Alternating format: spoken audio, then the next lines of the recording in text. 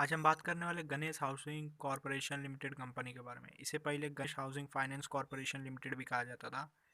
ये company Ganesh group की part है एक, जो कि 1991 में स्टैब्लिश हुई थी। ये कंपनी का प्रेजेंस मोस्टली अहमदाबाद में है और उससे रिलेटेड जगह पे ही है। ये कंपनी रियल स्टेट में काम करती है। पहले प्रॉपर्टीज़ खरीदती है और फिर बाद में सोल्ड करती है। आगे चलते हैं और भी जान लेते हैं कंपनी के बारे में। कंपनी का मार्केट कैप है 1087 करोड़। करंट प्राइस एक शेयर का इस कंपनी का मार्केट में चल रहा है 210 रुपीज़। हाई है कंपनी का 244 रुपीज़ और लो है 30.6 रुपीज़।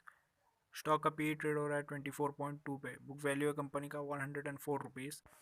कंपनी का डिविडेंड आइल जीरो है।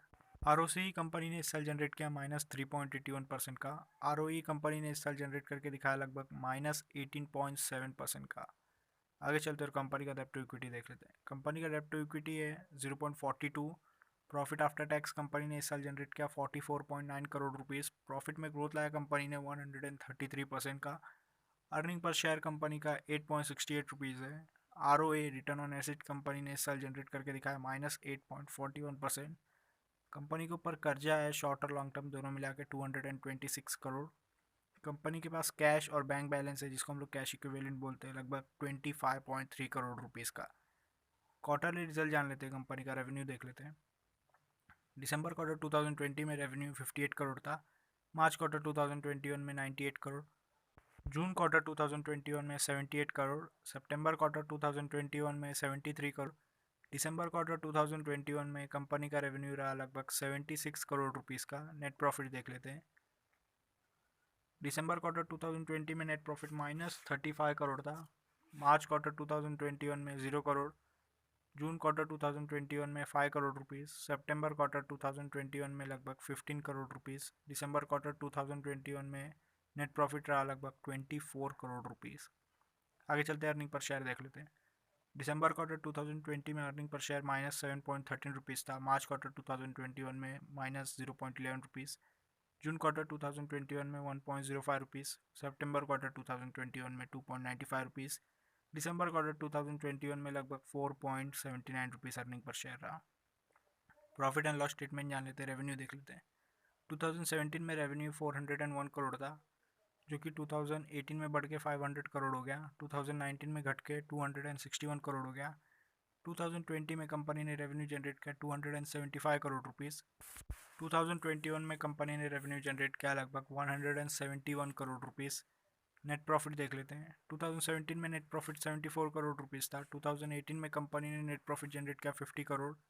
2019 में कंपनी ने नेट प्रॉफिट जनरेट किया 26 करोड़। 2020 में कंपनी ने नेट प्रॉफिट जनरेट करके दिखाया -119 करोड़।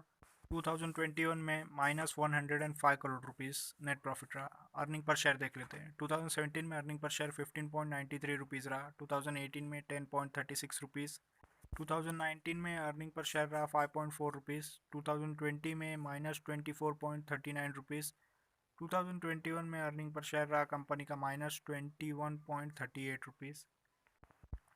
प्रो जान लेते हैं कंपनी का।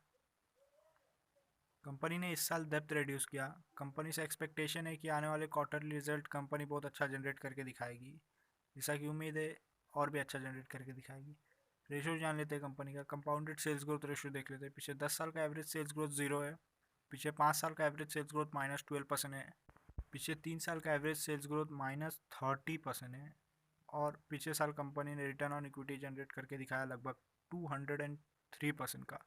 कंपाउंडेड प्रॉफिट ग्रोथ देख लेते हैं। पिछले 10 साल का डाटा अवेलेबल नहीं है। पिछले 5 साल का भी डाटा अवेलेबल नहीं है। पिछले 3 साल का भी डाटा अवेलेबल नहीं है। और इस साल कंपनी ने प्रॉफिट में ग्रोथ लाया लगभग 133% का। आगे चलते हैं, स्टॉक का प्राइस कैसे मूव किया वो भी देख लेते हैं। पिछले 10 साल में एवरेज 11% के हिसाब से मूव किया। पिछले 5 साल में एवरेज 24% के हिसाब से मूव किया। पिछले 3 साल में एवरेज 46% के हिसाब से मूव किया। और पिछले साल कंपनी का शेयर का प्राइस बढ़ा लगभग 560%। रिटर्न ऑन इक्विटी देख लेते हैं। पिछले 10 साल का एवरेज रिटर्न ऑन इक्विटी 2% है।